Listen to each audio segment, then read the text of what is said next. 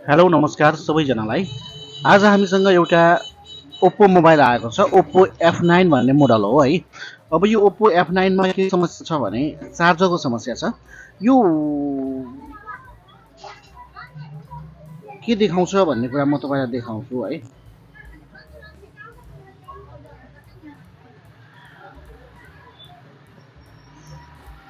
Charge चाहिँ लिन्छ तर चार्जिङ इररको समस्या छ यसमा।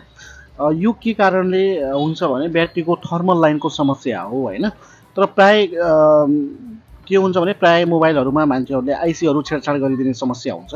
त्यस्तो अवस्थामा सबैभन्दा पहिला ब्याट्रीको थर्मल लाइन चेक गर्नुपर्छ। यहाँ हेर्नुहोस्, तपाईँले देख्न सक्नुहुन्छ इरर आइराखेको छ,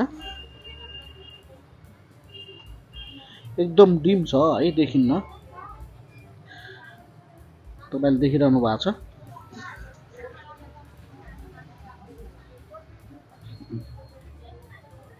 देख्नुहोस् इरर छ है, यस्तो इरर आउँछ।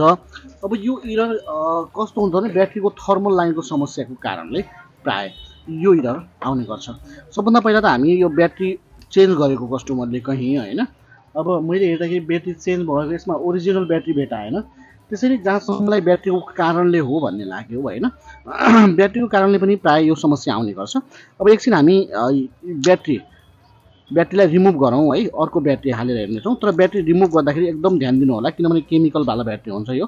अलिकति छेडखानी भयो भने पड्किने सम्भावना या जल्ने सम्भावना बढी हुन्छ।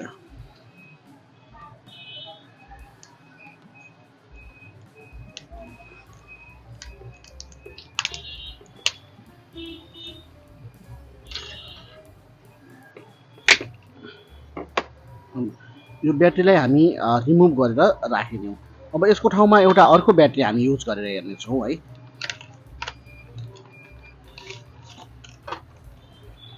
अल्टिमाको ब्याट्री छ यो ब्याट्री है। यो ब्याट्री सेम ब्याट्री हालेर हामी यसमा हेर्छौँ।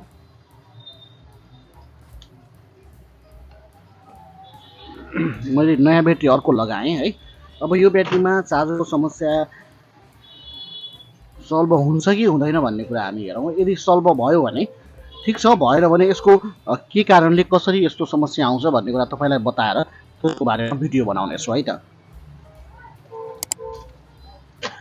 अब यसमा ब्याट्रीको लाइन जो हुन्छ चार्ज भइसकेको छ, तपाईँले देख्न सक्नुहुन्छ होइन, देखिराखेको छ 55% चार्ज छ। ल त्यो ब्याट्रीको कारणले हो भन्ने बुझियो होइन। यो कसरी हुन्छ भने ब्याट्रीभित्र जो थर्मलको लाइनको लागि बनेको रेजिस्टेन्सहरू हुन्छ त्यसले बराबर भोल्टेज सप्लाई दिन सकिरहेको हुँदैन। यो तपाईँलाई देखाउँछु, पोजिटिभ नेगेटिभ होइन, बिचको बिएसआई र यो थर्मलको जो लाइन छ यो लाइनको कारणले गर्दाखेरि यस्तो समस्याहरू आउँछ है त। सबैभन्दा पहिलो भनेको ब्याट्री चेन्ज गर्नुपर्छ यस्तो अवस्थामा होइन।